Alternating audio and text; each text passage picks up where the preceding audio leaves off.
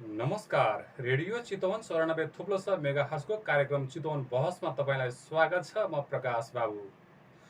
श्रोतावृन्द, आजको यो कार्यक्रममा कुराकानीको लागि हामीसँग अतिथिको रूपमा हुनुहुन्छ चितवन काङ्ग्रेसका स्थापित पुराना नेता, उहाँ सामाजिक अभियन्ता पनि हुनुहुन्छ तथा नेपाली काङ्ग्रेसका पूर्व क्षेत्रीय सभापति पनि हुनुहुन्छ। आगामी स्थानीय निर्वाचनमा नेपाली काङ्ग्रेसको तर्फबाट रत्नगरका मेयरको आकाङ्क्षी समेत हुनुहुन्छ। आउनुहोस्, उहाँसँग आज नेपाली काङ्ग्रेसको आन्तरिक राजनीति, समसामयिक विषयवस्तु र उहाँको मेयरमा भएको आकाङ्क्षाको बारे कुराकानी गर्नेछौँ। सबैभन्दा पहिला आउनुहोस् कार्यक्रममा आजका अतिथिलाई स्वागत गरौँ। माधवजी, यहाँलाई स्वागत छ कार्यक्रम चितवन बहसमा। धन्यवाद प्रकाशजी। प्रसङ्ग सुरु गरौँ। चुनाव निर्वाचन आयोगले घोषणा गरिसकेको छ वैशाख 30 गतेको लागि स्थानीय निर्वाचन। चुनाव नहुने हल्ला पनि छ। यो अवस्थामा तपाईँको चुनावी गतिविधि कसरी अगाडि बढिरहेको छ? प्रकाशजी, अब यो विभिन्न खालका कुराहरू त आउँदै गर्छन्, अगाडि बढ्दै जाँदा स्थानीय निर्वाचनको हामी अत्यन्त एकदम पूर्व सन्ध्यामा छौँ र चुनाव नहुने हल्लाको पनि यहाँले अलिकति जिकिर गर्नुभयो, तर मलाई त्यस्तो लाग्दैन। अब धेरै तयारीहरू अगाडि बढिसकेका छन्। त्यस कारणले अहिले आधिकारिक हिसाबले कुनै पनि त्यस्तो बजारी एउटा र्युमरको रूपमा मात्रै मैले लिएको छु र वैशाख 30 गते अवश्य नै चुनाव हुन्छ र हामी एकदमै सरल ढङ्गले, सुरक्षित ढङ्गले सबै साथीहरू समेटिएर, सबै हामी नगरवासीहरू सबै लागेर चाहिँ हामी चुनावमा अगाडि बढ्छौँ। जहाँसम्म रत्नगरको सन्दर्भमा मेरो उम्मेदवारीको कुरो छ, म आफू धेरै लामो समयदेखि नेपाल विद्यार्थी सङ्घको राजनीतिदेखि लिएर पार्टीका विभिन्न यहाँको आकाङ्क्षामा म पक्कै पनि आउनेछु। म यहाँसँग एकछिन रोकेर, यो विशेष गरेर आगामी स्थानीय निर्वाचनमा गठबन्धनको पनि एउटा हल्ला छ। हल्ला मात्रै होइन, आधिकारिक रूपमा केन्द्रीय समितिले, नेपाली काङ्ग्रेसको केन्द्रीय समितिले निर्णय पनि गरिसकेको अवस्था छ। यो नेपाली काङ्ग्रेस गठबन्धन सहित निर्वाचनमा जाने कुराबाट नेपाली काङ्ग्रेसका कार्यकर्ता जनताहरूमा कस्तो प्रकारको खुसियाली पाउनु भएको छ? यहाँले नेपाली काङ्ग्रेसको मनमा, मस्तिष्कमा, आँखामा के देख्नु भएको छ यहाँले?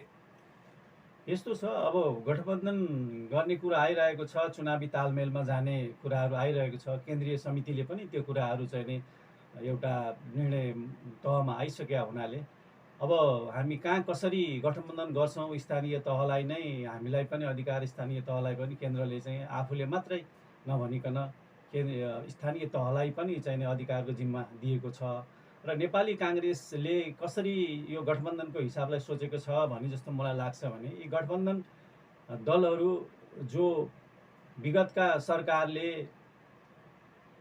संविधानलाई नै धराशायी पार्ने ढङ्गले जुन गतिविधि सञ्चालन गर्यो त्यसका सहयोगीहरू हुन् र संविधान रक्षाका लागि संविधानको मर्म र भावना अनुरूप चल्नुपर्छ, राज्य सञ्चालन हुनुपर्छ भन्ने मान्यता भएका दलहरू एकै ठाउँमा आएर नेपाली काङ्ग्रेसलाई नै सहयोग गरिकन नेपाली काङ्ग्रेसको नेतृत्वमा अहिले सरकार सञ्चालन भइरहेको छ। नेपाली काङ्ग्रेसले संविधानलाई पनि ट्र्याकमा ल्याएर एउटा मुलुकलाई सही दिशामा गइरहेको अवस्थामा उहाँहरूलाई पनि साथ लिएर जानु, संविधान संरक्षक दलहरूका नाताले उहाँहरूलाई पनि साथमा लिएर जानु हाम्रो चाहिँ नै एउटा कर्तव्य पनि हुन आउने भएको हुनाले सायद केन्द्रले गरेको निर्णयमा नेपाली काङ्ग्रेसका सम्पूर्ण कार्यकर्ताहरू एकबद्ध हुन्छन् भन्ने जस्तो मलाई लाग्छ। तर व्यथा कथाहरू स्थानीय स्तरमा आफ्ना आफ्ना होलान्, ती सबैलाई छोडेर अहिले एकबद्ध भएर जानुको विकल्प छैन जस्तो मलाई लाग्छ। यो राजनीतिमा के देखियो भनेदेखि वास्तवमा आफ्नो स्वार्थ अनुकूल भएपछि चाहिँ त्यसैलाई लोकतन्त्र भन्ने, त्यसैलाई संविधान विधि अनुसार भन्ने, आफ्नो प्रतिकूल भयो भने चाहिँ अरूलाई आरोप लगाउने कामहरू देखियो। यहाँले अलिकति चाहिँ जुन प्रकारले ओली नेतृत्वको, वाम नेतृत्वको सरकारले संसद विघटन गर्यो, संविधान नै खारेज गर्न खोज्यो भनेर आरोप लाउँदै हुनुहुन्छ। तर त्यो गतिविधि त धन्नै धन्नै अहिलेको सरकारले पनि दोहोऱ्याइरहेको छ। गठबन्धनको प्रदेश सरकारले पनि विभिन्न प्रकारका अध्यादेशहरू ल्याएकै अवस्था छन्। अहिलेकै सरकारले पनि आफूलाई आफ्नो कुर्सी जगाउन, सत्ता जगाउन भनेर चाहिँ दल विभाजनको लागि अध्यादेश ल्याएकै हो। अनि आफूले गरेका काम चाहिँ सबै ठिक, सबै संविधान सब चाहिँ सम्मत, अनि अरूले गरेको चाहिँ संविधान भ्याउन खोज्यो, बिगार्न खोज्यो, लोकतन्त्रलाई धराशय बनाउन खोज्यो। कस्तो मजाको आरोप लाउनुहुन्छ तपाईँहरू? त्यसो होइन प्रकाशजी, के छ भने फरक छ। विगतको सरकारले गरेको गतिविधि, ओली सरकारले गरेको गतिविधि र अहिले काङ्ग्रेस आइसकेपछि यहाँहरूले भन्नुभयो दल विभाजनका लागि सहज ढङ्गले अवस्था सिर्जना गरिदियो भन्ने कुराहरूमा धेरै फरक छ, अन्तर छ। त्यसलाई चाहिँ त्यो एकै ठाउँमा मिलाएर एकै ठाउँमा एउटै बास्केटमा राखेर हेर्न चाहिँ मिल्छ जस्तो चाहिँ मलाई लाग्दैन। अर्को कुरा म तपाईँलाई यहीँनिर जोड्न चाहन्छु। वास्तवमा संसदीय व्यवस्था ठिक छ, संसदीय अभ्यासबाट नै देशको विकास समृद्ध पुरा हुन्छ भनेर लाग्ने दलहरू एकापट्टि, यो संविधान नै ठिक छैन, यो संसद नै ठिक छैन, यो संसदीय व्यवस्थाको पूर्ण खारेज गर्नुपर्छ भन्ने यिनी व्यक्तिहरू चाहिँ पूर्ण रूपमा लोकतन्त्रवादी भएको जस्तो भएर चाहिँ घाँटी जोडेर स्वार्थकै लागि, स्वार्थ पूर्तिकै लागि नेपाली काङ्ग्रेसले अहिले काखी चेपेको। त्यसो होइन नि, त्यसो होइन। जो कोही पनि एउटा विद्रोहको चाहिँ नै आधारबाट आएको माओवादी होइन, उनले त अब विद्रोह नै गरे। एकदम ठुलो चाहिँ नै रिभोल्युसनबाट चाहिँ आएको माओवादीलाई पनि नेपाली काङ्ग्रेसका आदरणीय सभापति गिरिजाप्रसाद कोइरालाले सही ट्र्याकमा ल्याएर मुलुकको संविधानभित्र छिराएर सँगै एउटा सहकार्य गर्ने वातावरण, बाटो बिराएर हिँडेका साथीहरूलाई पनि, बाटो बिराएर हिँडेको राजनीतिक पार्टीहरूलाई पनि सँगै लिएर एउटा संविधान प्रदत्त अधिकारभित्र, संविधानको संरचनाभित्र सँगै लिएर हिँड्नु त राम्रै कुरा हो नि, होइन र? यो पछिल्लो समयमा के देखेको छ भनेदेखि विभिन्न जिल्लाहरूमा, तहहरूमा चाहिँ नेपाली काङ्ग्रेसभित्र एउटा विद्रोहको आवाज सुनिन थालेको छ, अभ्यास देखिएको छ।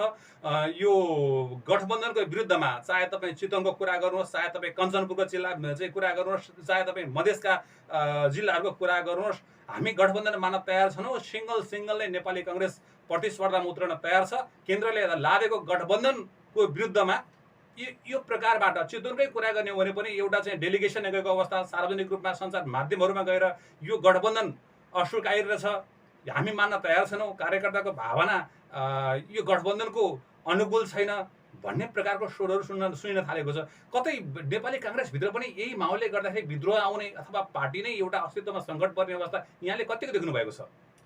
त्यो कारणले गर्दा पार्टीमै विग्रह आउने, सङ्कट उत्पन्न हुने भने जस्तो मलाई लाग्दैन। केन्द्रीय समितिले गरेको निर्णय विरुद्ध चाहिँ विरोधको आवाज त आएको हुन् नि, यसलाई तपाईँ स्वीकार्नुहुन्छ?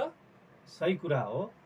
केही ठाउँमा जस्तो कि चितवनमा चाहिँ विगतमा पनि हामीले गठबन्धन गरियो, त्यो काङ्ग्रेसलाई चाहिँ त्यति हितकर भएन भन्ने कुराहरू छन्। विशेष त चितवन नै एउटा केन्द्रबिन्दुमा, गठबन्धनको केन्द्रबिन्दुमा रहेको छ, किनभने भरतपुर महानगरका कारणले एउटा केन्द्रबिन्दुमा चाहिँ चितवन रहेको छ। र अब अहिले केन्द्रले पनि लादेर गठबन्धन गर्नै पर्छ भन्ने खालको परिपत्र गरेको अथवा निर्देश गरेको अवस्था होइन। स्थानीय आधारमा स्थानीय त्यहाँका साथीहरूले, स्थानीय पार्टी कमिटीहरूले कसरी जाँदाखेरि काङ्ग्रेसलाई चाहिँ सजिलो पर्छ, राम्रो हुन्छ भन्ने हिसाबले यहाँहरू निर्णय गर्न चाहिँ नै सुट हुनुहुन्छ, उहाँहरूलाई चाहिँ तपाईँहरूलाई छुट छ भन्ने खालको चाहिँ नै निर्देशन गरेको हुनाले यहाँले भनेको जस्तो त्यस्तो समस्या आउने, विग्रह आउने, मनमुटाव हुने अवस्था रहन्छ जस्तो मलाई लाग्दैन। रत्नगर केसमा पनि तपाईँ रत्नगरमा नेपाली काङ्ग्रेसको आकाङ्क्षी हुनुहुन्छ। रत्नगर केसमा पनि 5 दलीय गठबन्धनले एउटा संयुक्त विज्ञप्ति निकालेर भनौँ अथवा एउटै पत्रमा हस्ताक्षर गरेर हामी गठबन्धन मार्फत नै स्थानीय चुनावमा जान्छौँ भनेर निर्णय गरेको अवस्था छ। यसलाई कसरी हेर्नुभएको छ तपाईँले? यो केन्द्रको एउटा परिपत्र, एउटा आशय बमोजिम त्यो खालको रत्नगरले गर्यो। उहाँहरू 5 दलीय साथीहरू बसेर एउटा निर्णय गर्नुभएको छ। यसको मतलब के छ भने गठबन्धनका पनि विभिन्न आधारहरू हुन्छन्। भोलि कस्तो आधार लिन्छ, कस्तो रूप लिन्छ गठबन्धनले त्यो अलग कुरा हो। त्यस कारणले अहिले सँगै हिँड्नुपर्छ भन्ने मान्यता एउटा सहयात्री पार्टीको हिसाबले, एउटा संविधानको रक्षार्थ सबै साथीहरूलाई सँगै लिएर हिँड्नुपर्छ भन्ने एउटा भावना आउनु त राम्रै कुरा हो नि। यो समयमा मानव रत्नगरको कुरा गरौँ, खैरेनीको कुरा गरौँ, कालिकाको जो विभिन्न प्रकारका स्थानीय तहहरू जुन जहाँ छन्, यहाँ हामीले नेपाली काङ्ग्रेसमा भोट हाल्न पाए हाल्छौँ, अन्त चाहिँ हामी हाल्दैनौँ भन्ने कार्यकर्ताहरूलाई के अनुरोध गर्न चाहनुहुन्छ, के भन्न चाहनुहुन्छ? यो रत्नगरको सन्दर्भमा या कालिका देशव्यापी भनौँ, ती साथीहरूलाई चाहिँ के छ भने त्यहाँको स्थानीय चाहिँ पार्टी कमिटीहरूले जस्तो खालको निर्देशन गर्नुहुन्छ त्यही हिसाबले हामी चल्छौँ। हाम्रो गठबन्धन गर्नै पर्छ भन्ने बाध्यात्मक परिस्थितिमा पनि हामी छैनौँ। हामी एक हिसाबले केन्द्रले तपाईँहरूको स्थानीय आवश्यकता अनुसार गठबन्धनको निर्णय गर्न सक्नुहुन्छ भन्ने हिसाबले कुरा गरेको हुनाले साथीहरूले चाहिँ जसरी यहाँको स्थानीय पार्टी कमिटी भनेको यो साथीहरूकै आवाजबाट चल्ने हो, यहाँका साथीहरूकै स्थानीय साथीहरूकै मत अनुसार चाहिँ उहाँहरूले निर्णय गर्नुपर्ने भएको हुनाले जे जस्तो निर्णय भए पनि साथीहरूले सहर्ष स्वीकार गरेर निर्वाचनमा लाग्नुहुन्छ भन्ने मलाई विश्वास लाग्छ। यो ढिलो भएन। एउटै वडामा दर्जनभन्दा बढी वडा अध्यक्षका आकाङ्क्षीहरू छन्। रत्नगर नगरपालिकाकै कुरा गऱ्यौँ भनेदेखि दर्जनभन्दा बढी मेयरका आकाङ्क्षीहरू छन्। पार्टीभित्रै यति धेरै आकाङ्क्षीहरूलाई व्यवस्थापन गर्न एउटा चुनौती छँदैछ। त्यसमाथि पनि कुन वडा कुन पालिका आफ्नो भागमा पर्ने हो भन्ने अझै पनि निर्णय भइसकेको अवस्था छैन, जबकि चुनाव आउन अब लगभग 1 महिना बाँकी छ। निर्वाचन आचार संहिता पनि लागू भइसकेको अवस्था छ। यो अवस्थामा कसरी छाटछुट्टै जादुको छडी चाहिँ एकैछिनमा चाहिँ यो सबै व्यवस्थापन हुन्छ? के सोच्नु भएको छ तपाईँले? कार्यकर्ताको मन पनि बुझाउनु पर्ला। त्यस्तो छैन। यहाँले सोच्नु भएको जस्तो त्यस्तो जटिल छैन।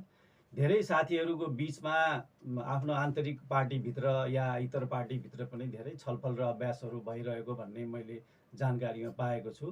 त्यस कारणले अब हामी केही समयभित्रै पार्टीले नै अहिले केन्द्रले यो स्थानीय स्तरमा उम्मेदवारहरूको चयन प्रक्रिया चाहिँ केही समयको लागि रोक्नु भन्ने चाहिँ नै भएको हुनाले अहिले अलिकति त्यो गतिविधि सुस्त जस्तो देखिएको हो। तैपनि स्थानीय स्तरमा साथीहरूसित भेटघाट छलफल र इतर पार्टीहरूसित पनि कसरी जाने, गठबन्धन कुन कुन वडा कसरी के गर्ने भन्ने किसिमको चाहिँ धेरै अगाडि बढिसकेको छ। त्यस कारणले यसलाई व्यवस्थापन गर्न त्यति अप्ठ्यारो हुन्छ जस्तो मलाई लाग्दैन। समय छोटो हुँदैन? समयभित्रै हामीले काम भ्याउने चाहिँ जमर्को गर्नुपर्छ। होइन, नेता कार्यकर्ताहरू जनताको घर दैलोमा जान पनि हच्किएको अवस्था छ, डराएको अवस्था छ। अब यो जुन प्रक्रिया छ त्यो प्रक्रिया थाती राख्नु भएर केन्द्रले निर्देशन गरेको अवस्था छ।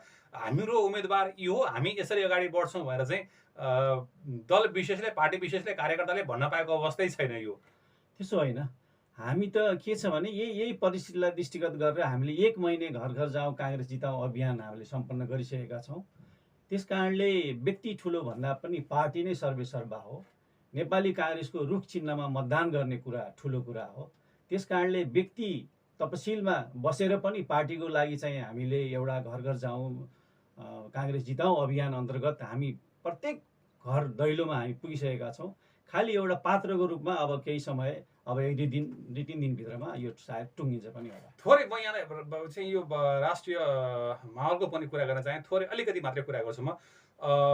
निर्वाचन आयोगले चाहिँ यदि एउटा पदमा मात्रै मेयर र उपमेयर मध्ये एउटामा मात्रै चाहिँ उम्मेदवार दिने हो भनेदेखि महिला अनिवार्य हुनुपर्छ भनेर चाहिँ परिपत्र जारी गरेको, यो चाहिँ निर्वाचन ऐनभित्र यो पर्छ। त्यस कारण चाहिँ यो एउटै दलको एउटा मात्रै उम्मेदवार दिने भनेदेखि महिला हुनुपर्छ भन्ने कुरा पनि छ। यसले पनि त गाह्रो पर्ला नि गठबन्धनमा। के छ, निर्वाचन आयोगको यो निर्देशन मान्ने पक्षमा छ कि छैन दलहरू? नेपाली काङ्ग्रेस के छ यसको पक्षमा? अरू के छन् मलाई थाहा छैन। नेपाली काङ्ग्रेसले निर्वाचन आयोगको निर्देशन, नेपाली काङ्ग्रेसको आचार संहिता हुबहु मान्दछ। निर्वाचन आयोगको निर्देशन अनुसार पार्टीभित्र उम्मेदवार चयन गर्दा त्यो जसरी निर्वाचन आयोगले चाहिँ नै हामीलाई निर्देश दिएको छ, जसरी चाहिँ नै एउटा मूल्य मान्यता निर्वाचन आएको छ, त्यही अन्तर्गत भित्र रहेर हामीले चाहिँ उम्मेदवार चयन गर्छौँ। महिला पुरुषहरू सबै मिलाएर गर्छौँ। त्यसमा त निश्चित रहनु होला। म रत्नगरकै पेरिफेरीमा आउन चाहन्छु। रत्नगरको आगामी निर्वाचनमा के छ सम्भावना? के छ? गठबन्धन भयो भनेदेखि रत्नगर काङ्ग्रेसले पाउने सम्भावना कतिको देख्नु भएको छ? स्वाभाविकै ठुलो महानगरपालिका पछिको ठुलो हर हिसाबले रत्नगर अत्यन्त महत्त्वपूर्ण चाहिँ नै छ। एउटा मध्य भागमा पनि पर्ने, चितवनको मध्य भागमा पनि पर्ने, यहाँ प्रचुर सम्भावनाहरू भएको नगरपालिका भएको हुनाले नेपाली काङ्ग्रेसले नै यो पाउँछ। यो दायाँ बायाँ कहीँ जानेवाला छैन। नेपाली काङ्ग्रेसकै नेतृत्वमा यहाँ उम्मेदवारी दिइन्छ जस्तो लाग्छ मलाई। अब दाबी त एकचोटि समाजवादीका नेताले पनि हामी बलियो छौँ रत्नगरमा, मेयर हामीले पाउनुपर्छ भनेर चाहिँ कार्यक्रमहरूमा भनेको सुनेको छ। त्यस्तै माओवादीले पनि दाबी गरिरहेको अवस्था छ। अब यो दाबी काङ्ग्रेसले पनि गर्ने, माओवादीले पनि गर्ने, समाजवादीले पनि गर्ने, बलियो चाहिँ कुन हो र कसले पाउने, अथवा आफूले नपाएदेखि चाहिँ गठबन्धन तोडिने पो हो कि? यो बारेमा के छ यहाँको धारणा? आफूले नपाए गठबन्धन तोडिने भन्ने हुँदैन। यो यति कमजोर गठबन्धन नहोला। कि बरु गठबन्धनै नहोला, विभिन्न प्राविधिक कारणले त्यो अलग ठाउँमा छ। तर गठबन्धन भइसकेपछि तोडिने खालको गठबन्धन हुँदैन र चाहिँ जहाँसम्म चाहिँ मैले कसैलाई पनि कमजोर या बलियो बनाउन खोजेको होइन। विगतको निर्वाचनका परिणामहरूले पनि त्यो स्थिति नेपाली काङ्ग्रेसको राम्रो छ भन्ने कुरो प्रष्ट देखिसकेका हुनाले यसमा खासै अरू पार्टीबाट पनि अप्ठ्यारो पर्ला जस्तो चाहिँ मलाई लाग्दैन प्रकाशजी।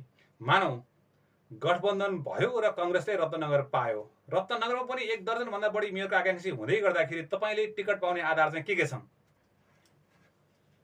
मैले टिकट सबै हाम्रा साथीहरू जो काङ्ग्रेसका प्रतिस्पर्धी साथीहरू देखिएको छ होइन। तपाईँले नै भन्नुभयो 1 दर्जन, मलाई त्यस्तो लागेको छैन, तैपनि होला तपाईँहरूको जानकारीमा आएको होला।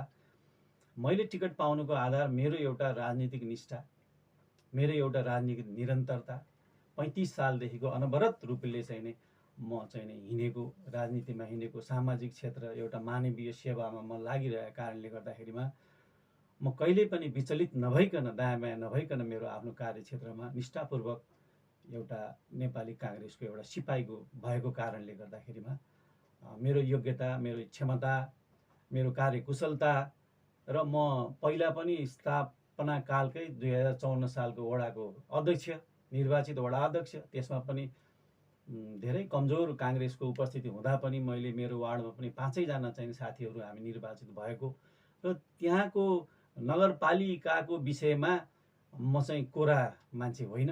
मलाई के अनुभव पनि भएको हुनाले विविध कारणले गर्दाखेरिमा मलाई सबै साथीहरूले पनि, अब नगरवासीहरूले, अरू साथीहरूले पनि तपाईँ चाहिँ अगाडि बढ्दाखेरि राम्रो हुन्छ, तपाईँ धेरै सिनियर पनि हुनुहुन्छ, त्यस कारणले अहिले चाहिँ तपाईँले नगरको नेतृत्व सम्हाल्न जरुरी छ भन्नुभएका यी आभासहरू नै मेरा लागि चाहिँ नै म आफू प्रस्तुत हुनुको आधार हो भन्ने जस्तो मलाई लाग्छ। माधवजी, यहाँ रमाइलो कुरो के छ भनेदेखि वास्तवमा यहाँको तर्कमा सहमत हुने हो भने पनि यहाँले वडा अध्यक्ष जितिसक्नु भएको छ, निर्वाचित भइसक्नु भएको छ, जनताको मनमा बसिसक्नु भएको छ, यहाँ सामाजिक अभियन्ता पनि हुनुहुन्छ, लामो समयदेखि रत्नगरकै पेरिफेरीमा रहेर विशेष गरेर चितवनमै एउटा चाहिँ स्थापित नेता पनि हुनुहुन्छ यहाँ, यसमा दुई मात्र होइन। तैपनि यो टिकट पाउने आधारहरू योगदानमा भन्दा पनि, क्षमतामा भन्दा पनि, परिपक्वतामा भन्दा पनि नेताको चाकडीबाजमा बढी भर पर्छ भन्ने कुराहरू पनि सुनिन्छ नि, यहाँलाई त्यस्तो लाग्छ? मैले त्यस्तो चाकडीमा, नेताहरूको चाकडीमा चाहिँ भर पर्छ टिकट भन्ने मलाई लाग्दैन। मैले कहिले पनि पाएको एकदम तपाईँ आत्मालाई साक्षी राखेर भन्नुहोस्, यस्ता घटनाहरू घटेका छन् कि छैनन्? नेताको चाकडीबाजमा लागेर टिकट पाएको केसहरू छ कि छैनन्? मलाई मेरो जानकारीमा नेताहरूको चाकडी नै गरेर टिकट पाएको भन्ने त मलाई त्यस्तो लाग्दैन, मेरो जानकारीमा छैन। जहाँसम्म अब नेताहरूसित भेटघाट गर्दाखेरिमा उहाँहरूले चाकडी खोज्ने अथवा काङ्ग्रेसका नेताहरू चाहिँ एकदम चाकडीमा रमाउने अन्य चाहिँ नै कुराहरूबाट प्रभावित हुने भन्दा पनि यथार्थतामा उहाँहरू लाग्नुहुन्छ र कोही कतै व्यक्तिगत हिसाबले कोही त्यस्तै मान्छे सर्वगुण सम्पन्न नहुन सक्छ, कोही कतै त्यस्ता ल्याप्सेसहरू हुन सक्छन्, तर सामान्यतया हाम्रो काङ्ग्रेसका नेताहरू अत्यन्त एउटा आदर्शवादी हुन्छ, समाजवादी चिन्तनका चाहिँ नेताहरू हुनुहुन्छ। उहाँले मुलुक हाँक्नु भएको छ, यो मुलुकलाई चाहिँ नै अप्ठ्यारो परिस्थितिबाट अवर्तन गरेर चाहिँ मुलुकलाई एउटा सही दिशामा दोहोऱ्याउनु भएको नेताहरू हुनुहुन्छ। त्यस कारणले चाकडीमा विश्वास गर्नुहुन्छ र जसले धेरै चाकडी गर्छ त्यसैले टिकट पाउँछ भन्ने चाहिँ मलाई विश्वास लाग्दैन। यो अर्को कुरा, रमाइलो कुरा के छ भने माधवजी, वास्तवमा यो बाख्रा हराउनु र स्याल कराउनु एकै समय जस्तो देखियो कि 10-15 वर्षमा नेतागिरी गर्नेहरूको आर्थिक अवस्था असाध्यै सुध्रेको अवस्था, अनि फेरि टिकट चाहिँ किन्नुपर्ने प्रवृत्ति आयो है भन्ने चाहिँ एक प्रकारको पनि हल्ला।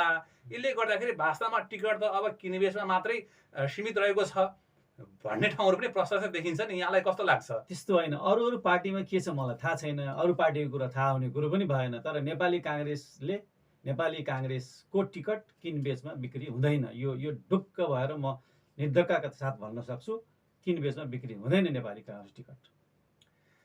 यहाँले भने जस्तै दुई चोटि रत्नगरपालिकाको जिम्मेवारी सम्हालिसकेको नेकपा एमाले छ, उसले पनि आफूले गरेको कामको विकासको ठेली नै निकालेको छ, पुस्तक नै निकालेको छ।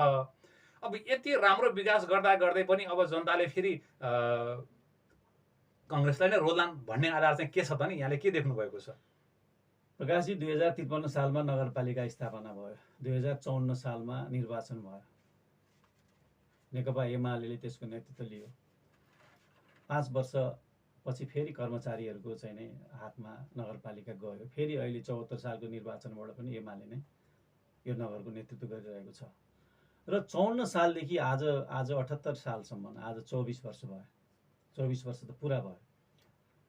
बिचमा जनप्रतिनिधि नभए पनि एउटा एमालेको नेतृत्व भएको कारणले जनताको पक्षमा ऊ कति लाग्न सक्यो लाग्न सकेन त्यो अलग कुरा छ। तैपनि नगरपालिका चाहिँ उहाँहरूकै सेरोफेरोमा, उहाँहरूकै चाहिँ नै छत्र छाया जस्तोमा, मतलब उहाँहरूकै नजिक भएर, किनभने उहाँहरू नेतृत्वमा हुनुहुन्थ्यो, जनप्रतिनिधिहरू हुनुहुन्थ्यो, त्यहाँका चाहिँ नै अब के अरे कर्मचारीहरू अथवा चाहिँ नै त्यहाँका सम्बन्धित चाहिँ नै पक्षहरू पनि अब जो जनप्रतिनिधि हुनुहुन्छ, जो मेयर साहबहरू उपमेयर साहबहरू हुनुहुन्थ्यो, उहाँहरूसित सरसल्लाह लिनु स्वाभाविक भइहाल्यो।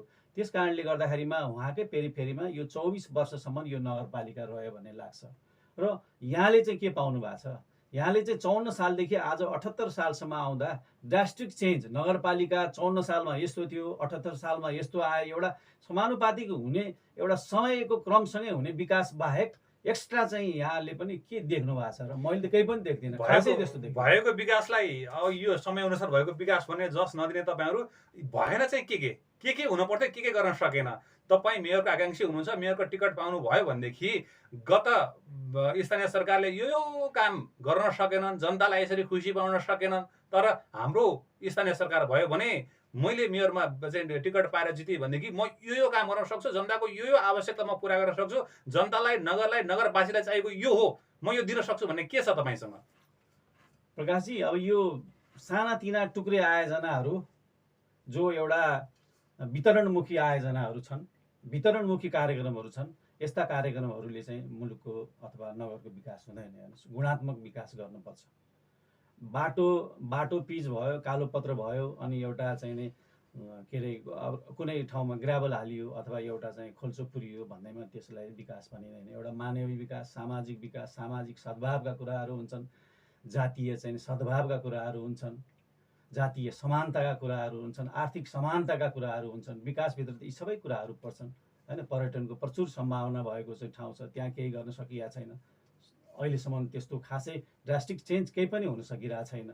हाम्रो शिक्षामा, स्वास्थ्यमा खासै परिवर्तन हाम्रो नगरवासीहरूले त्यस्तो महसुस गर्न सक्नुभएको छैन, त्यहाँसम्म छोएको छैन। नगरपालिका घर घर जनजनसम्म पुग्न सकेको अवस्था त छैन नि त। बाटो ल अहिले हेर्नुहोस्, यहाँ हाइवेको बाटै हेर्नुहोस्, भद्रगोल छ, अझै कति वर्ष भइसक्यो, यतिको अधोकल्चो रूपमा छ, त्यसलाई एउटा चाहिँ नै पुरा गर्न सकिएको छैन। यस्ता धेरै कुराहरू छन्।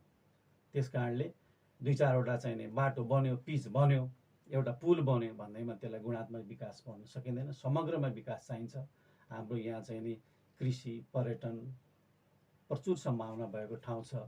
स्वास्थ्य, स्कुलमा हेर्नुहोस्, यही बकुलर जो नगरपालिकासँग जोडिएको चाहिँ नि त्यो स्कुल छ, नगरपालिकासँग चाहिँ त्यो कम्पाउन्ड जोडिएको चाहिँ नि स्कुल छ बकुलरमा। त्यहीँको अवस्था गएर हेर्नुहोस्, नगरपालिकाको शिक्षाको क्षेत्रमा, स्वास्थ्यको क्षेत्रमा कति चाहिँ ध्यान पुग्न सकेको छ भन्ने त्यतिबाट थाहा हुन्छ। यत्र चाहिँ विश्वविद्यालयहरूसँग चाहिँ अनुबन्धन भएर चाहिँ हामीले प्राविधिक शिक्षाहरू ल्याएका छौँ, यत्र हस्पिटलहरू बनाएका छौँ भनेर भन्ने आधार छैनन् गत स्थानीय सरकारसँग?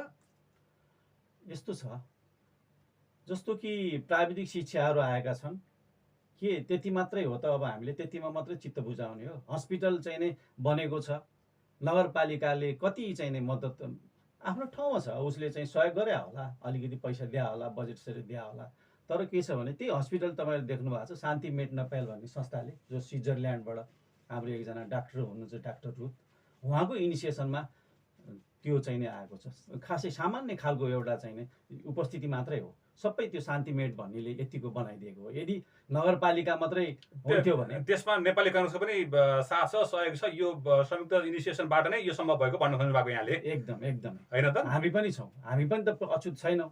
र अर्को कुरा के छ भन्दाखेरिमा अब नगरपालिकाले अहिले जनतालाई चाहिँ नै राहत दिने भन्दा पनि आहत दिने खालको परिस्थिति सिर्जना गरेको छ। हेर्नुहोस्, दोहोरो तेह्रो कर एउटै विषयमा चाहिँ कति कयौँ करहरू चाहिँ ढाड सेक्ने काम गरेको छ। 100 रुपियाँ तिरिरहेको मान्छेले अहिले 2000, 5000, 7000 सम्मको करहरू चाहिँ लिएको छ। तथापि नेपाली काङ्ग्रेसले चाहिँ एउटा आन्दोलनै गरेर, नेपाली काङ्ग्रेसले आन्दोलन गरेर केही चाहिँ कर चाहिँ घटाउन सफल भयो। तैपनि यथेष्ट छैन।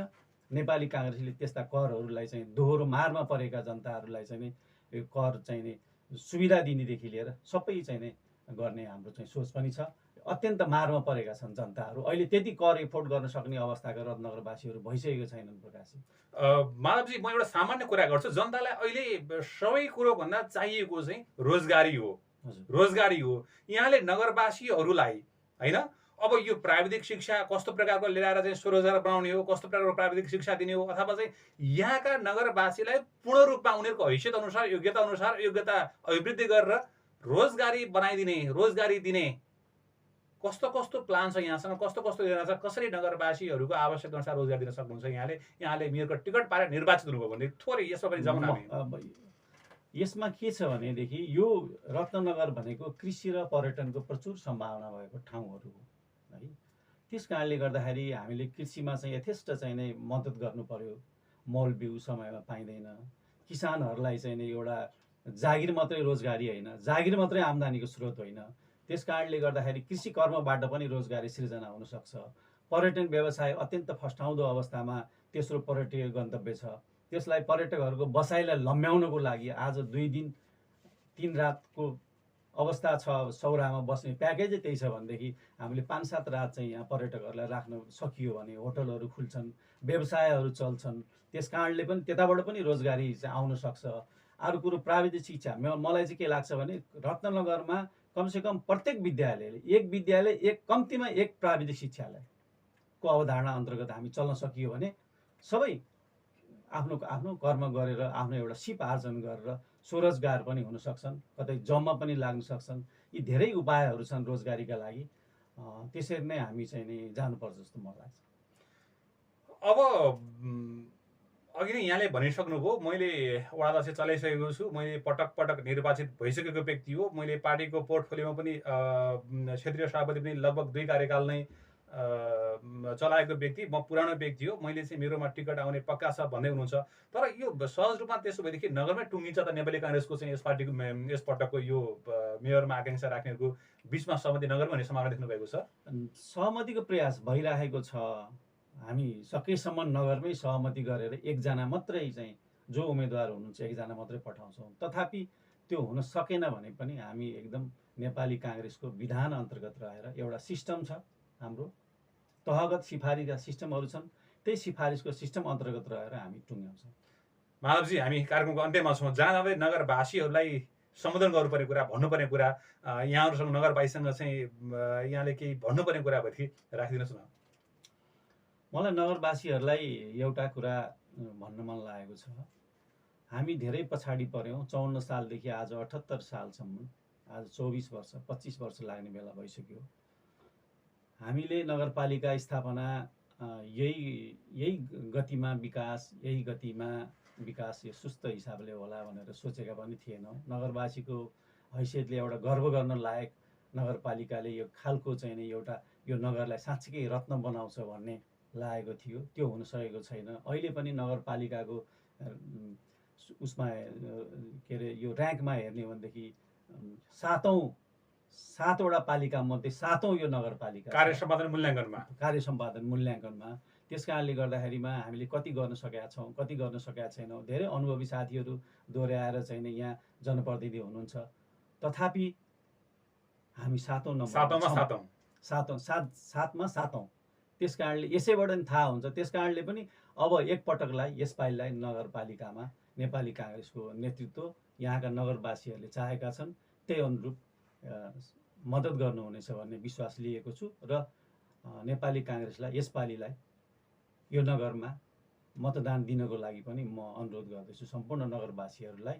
र नेपाली काङ्ग्रेसले पक्कै पनि एउटा समान सिद्धान्तका आधारमा यहाँहरूसित, नगरवासीहरूसित व्यवहार गर्नेछ, यहाँहरूको चित्त बुझाउनेछ भन्ने म विश्वास दिलाउन चाहन्छु। माधवजी, यहाँलाई धेरै धेरै धन्यवाद छ यहाँको अमूल्य समय र विचारको लागि।